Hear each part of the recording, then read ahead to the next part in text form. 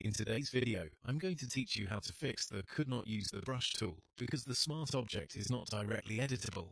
Error in Photoshop. If you've run into this message, don't worry.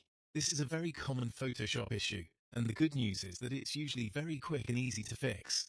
The reason this happens is because you're trying to paint directly onto a smart object layer, and smart objects are designed to protect the original contents of a layer.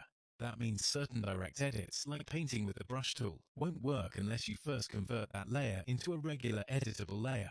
To fix it, start by looking over at the Layers panel and find the layer you're trying to paint on. If it's a smart object, you'll usually see a small smart object icon on the layer thumbnail.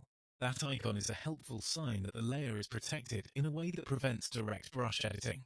Once you've confirmed that, right-click on the smart object layer in the Layers panel. A menu will appear with several options. From that menu, choose Rasterize Layer. What this does is convert the smart object into a normal pixel-based layer that Photoshop can edit directly. This is the key step that removes the error and allows the brush tool to work the way you expect.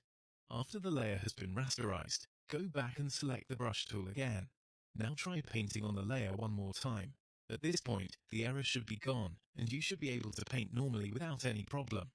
One thing to keep in mind is that rasterizing a layer means it will no longer behave as a smart object. In other words, you're turning it into a standard layer, so you can make direct pixel edits.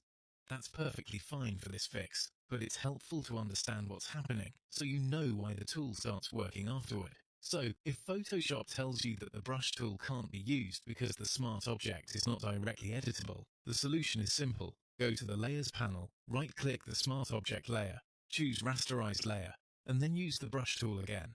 And that's it. You've successfully fixed the problem and can continue painting on your layer normally. I hope this tutorial helped, and thanks for watching.